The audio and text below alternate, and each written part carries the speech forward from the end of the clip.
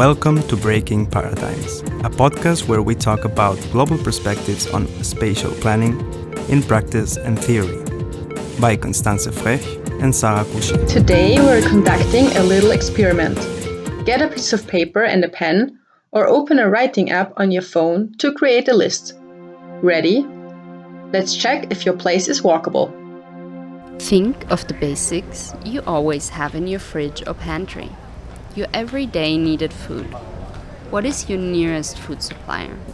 Can you walk there? Meaning, is there a footpath and access for pedestrians? How long would it take you to walk there? Write down all answers in minutes. Whenever you literally can't legally walk to a place or it would put you in physical danger, note down an X. Pause the podcast if you need a moment to write it down. Now let's continue with some other supplies, like toiletries, food items like special ingredients for international food, and any other things that you need a lot less regularly, maybe once or twice per month. How long does it take you to walk there? And let's not forget about clothing, office products, furniture, or construction materials. Give it a guess. How long would you walk to the next one? This, of course, doesn't mean it has to be your brand or favorite store, but just if there's one close to you. Next, think about medical services. How long do you walk to a pharmacy? How long to your general practitioner or healthcare center? What about other services, like hairdressers, tailors, shoemakers, locksmiths, or other such service providers? What is the walking distance to them? Now imagine you have kids at an age where they need to go to school. Would they have a manageable footpath? How far is the next primary school compared to the next high school? Are both distances walkable? What about university? Could you walk there? How long would it take you? The next step in life would then probably be a job. If you're not already working, imagine where the next place of work for you could be located. How long would you walk there? And if you are already running a business or are employed, how long does it take you walking to work? Lastly, let's talk about recreation, sports, entertainment. How long do you walk to the next park, museum, fitness center, restaurant, cinema, waterfront? Write down the time you take walking. Now, check all the scores, or rather minutes, of walking time you attributed. Pause the episode and calculate the average time. Would you say your city or town is walkable? Do you get all the necessary basics of life there? Are there maybe just a few aspects that stick out? Is it maybe not the distance, but the infrastructure, like footpaths, that is missing? Without knowing your specific circumstances, it's quite difficult to tell you from afar if your city is walkable.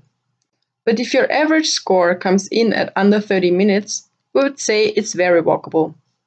Anything until up to 60 minutes can still be considered partially walkable. And above that, well, we'd say unless you are someone who enjoys long distance trekking, it's probably not a very walkable place. If you wrote down some X's, that is a red flag and can't be considered walkable. So is your place walkable? Let us know in the comments or write us a message. In some places, you can even find walkability scores on your neighborhood. For certain locations in the US and Canada, there is a company which ranks listings of apartments, houses, etc. with a walkability score. However, the list you just listened to is definitely not very extensive. But for anyone who wants to do a more detailed analysis of your place, you can download a spreadsheet we designed on our website. breakingparadigms.org/walkable city. Once again, breakingparadigms.org/walkable city. There, you can fill in your numbers and it will calculate a walkability score for you. So why is the walkable city such an ideal in the planning community? Jane Jacobs, with her book The Death and Life of Great American Cities, started an important conversation and created awareness for the importance of a walkable city. She opposed the construction of large roads which separated entire neighborhoods in the US. She also opposed a lot of what then was considered as the state-of-the-art in planning at the time. In the future, we might dedicate an episode to her philosophy of planning, because it's really worth a closer look. But for now, we are staying on topic with the walkable city. Jane Jacobs, of course, didn't invent the concept. It is a very human concept that was intercepted by different factors like industrialization and the car. However, she was a vocal advocate and pointed at the specific advantages of the walkable city. There are, of course, a plethora of small detailed reasons why the walkable city is so praised. After reviewing different literature, which we will link below, we narrowed it down to 3 levels: the individual, the community, and the global. On an individual level, we have the benefits of physical health and interconnected with that emotional well-being, as well as the increased awareness of place and reduced transportation costs. On a community level, increased connectivity, better microclimate conditions, and a safer environment, because there are more eyes on the street, are beneficial to make public spaces more accessible. Children, for example, can use sidewalks and close-by playgrounds by themselves at a certain age. In general, walkable areas are often described as more vibrant and usually have higher property value as well as increased economic activity. Similar findings have been reported after implementing pedestrian zones in cities and towns around the world. On a global level, you primarily have ecological benefits, like reduction of emissions and lower consumption of oil or gas, but also higher resilience of the economy, because it's less dependent on the outside. It also increases the attractiveness for tourists. Furthermore, it gives planners a large variety of materials to work with and to decrease or prevent sealing absorbed areas, therefore improving their resilience toward natural disasters, mitigating microclimate. We'll link some resources in the description and on our website, and if you have some tips or good reads you can recommend, leave them in the comments below. But as we said in the last episode on the automotive city, not all distance is bad. Just think of a sewage treatment plant, airport, industry buildings, or large-scale power plants. However, maybe there's a future where different types of advancements allow us to actually reduce noise, pollution, and other hazards to a point where they can be part of the city. And finally, let's amplify the different realities around the globe. The facilities, services, infrastructure you need depends, of course, on your culture and habit, especially if you have a strong tendency to outsource tasks. That makes you more dependent on services, meaning more ways, than if you are able to provide them yourself. There are also differences around the globe on what is considered walkable. If you don't have access to public transportation or a vehicle, a 1.5 hour long walk to school might be very walkable in consideration of the benefit of an education. While some outside factors, like crime or lack of infrastructure for pedestrians, might make a neighborhood too dangerous to walk, even though the distances aren't that long. In the book Walkable Cities in High-Density China, published in 2017, the authors took an in-depth look on the walkability of Shenzhen and Shanghai. When analyzing Chinese metropolises, one needs to be aware of China's recent history.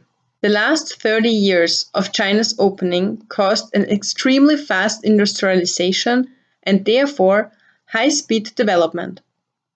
Cars and skyscrapers became symbols for modernism, and therefore big blocks, wide streets, and extremely high density appeared. A typical block of Shanghai nowadays is from 400 to 800 meters long. As a comparison, Tokyo's blocks have a width on average of 50 meters, Paris 120 meters. A few years ago, China's central government started to embrace values and principles for livable, healthy, and sustainable cities. Main reason for that was the increasing air pollution to hazardous levels. Therefore, the most important aim was to reduce air emissions. Another interest of the Chinese central government concerning people's health were the increasing cases of cardiovascular disease.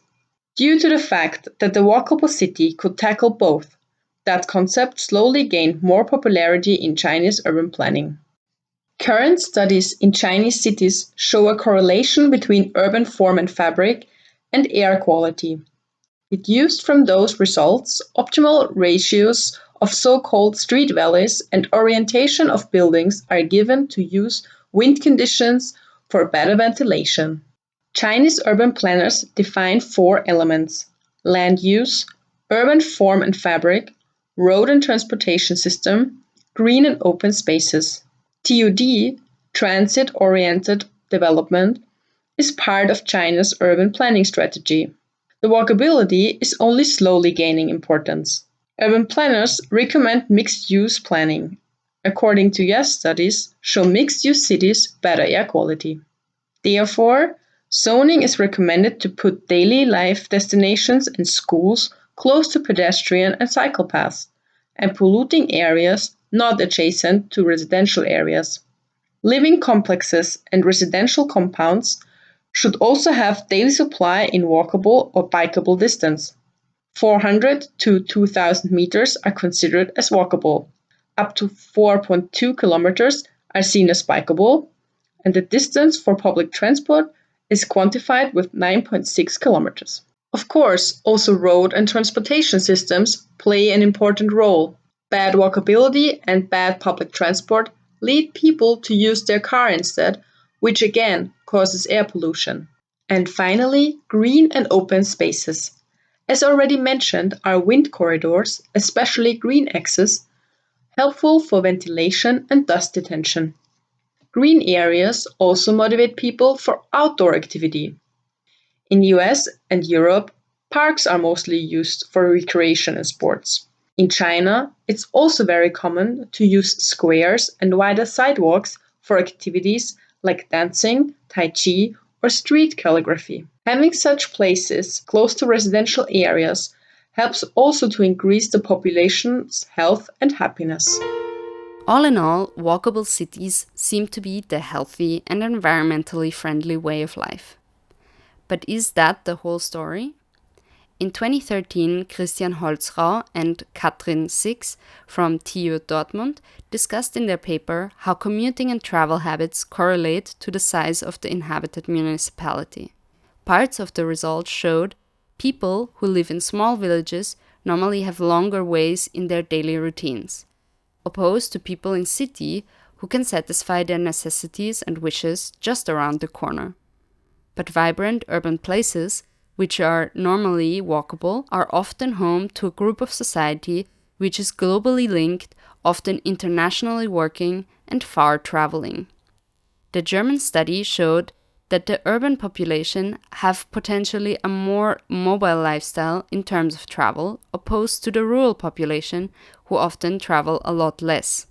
So even though walkability seems more environmentally friendly, you need to take travel habits into consideration and look at the whole picture.